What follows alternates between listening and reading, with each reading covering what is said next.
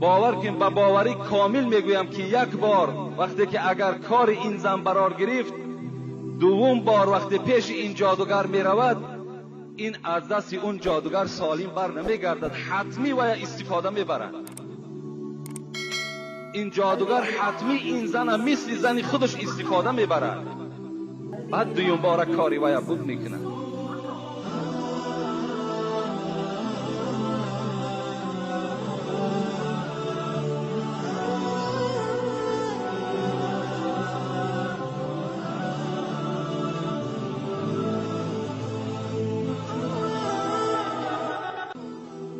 در ما و شما میگویند که فلان مرد ملاگی کردن، لیکن این کلمه غلط است، این لفظ صحیح نیست، بلکه ملاگی دیگر است، جادوگری دیگر است. باید گفت که باید جادوگری کردن، نه ملاگی کردن. یک زمانی بود چند سال پیش در یک خانه من شام خواندم، نماز شام.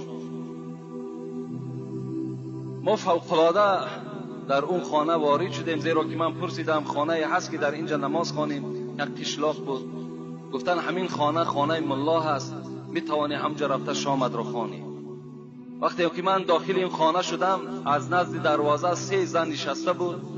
وقتی وارد خانه شدم، یک زن همراه ملا نشسته بود. اون ملا نبود، ولی جادوگر بود. نشسته بود. تا حال وقتی شام قریب که گذشته بود، نصفش تا حال وای نماز شام نخوانده بود. وقتی من در آمدم گفتم نماز شام میخوانم، وایم از جاش شاید از شرم من خیست از پس من نیت کرد، ما شام خواندیم. وقتی خواندیم، من وقتی زیاد داشتم اونجا نشستم، حتی وای از من شرمم نکرد، به من اهمیتم نداد. اون زمانها البته ما نه واعظی میکردیم، نه خطیب بودیم، بلکه یک آدمی بگیم ناشناسی بودیم. وای به سوی همان زن چی گفت؟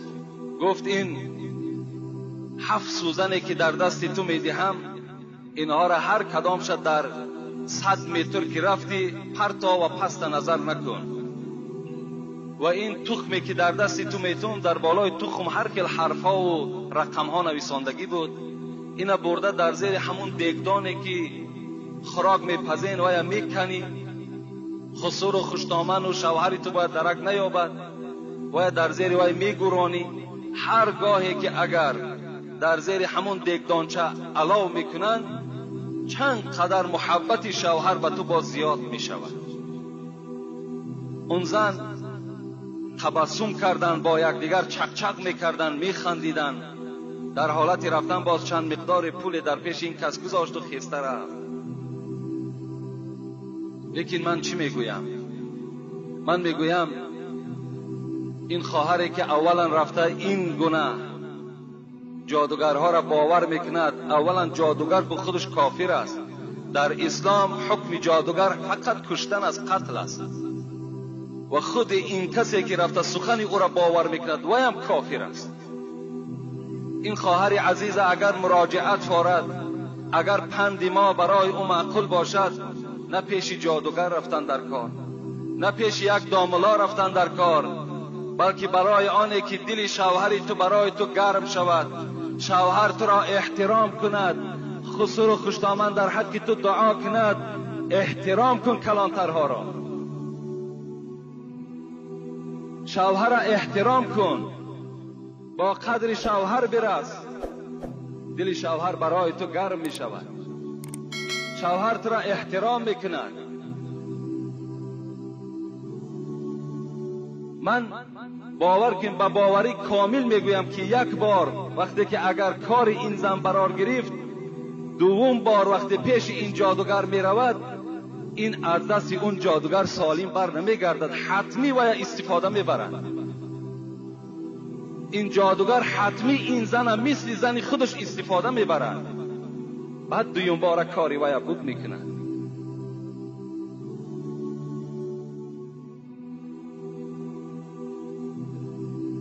چی مصیبتی کلانی هست که زنها امروز چی دواها دارند. یک زن دیگر پیش یک مرد آمد در همین زمان ما و شما.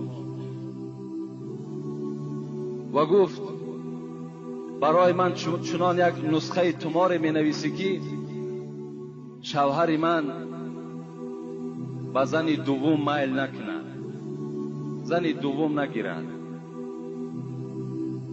این ملا میگوید من از او پرسان کردم که شوهرت دستش میرسد به دولت است؟ باید است که بله دستش میرسد به دولت است، هیچ کمبودی ندارم، فقط رشک دارم که شوهرم زن دوم نگیرد، نمیخواهم.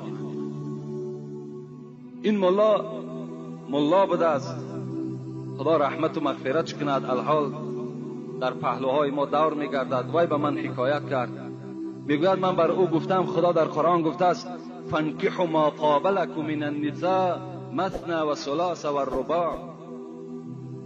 خواهر عزیز گفته است اولا من این گونه نسخه تمار ندارم که شوهر تو را از زن دوم گرفتن من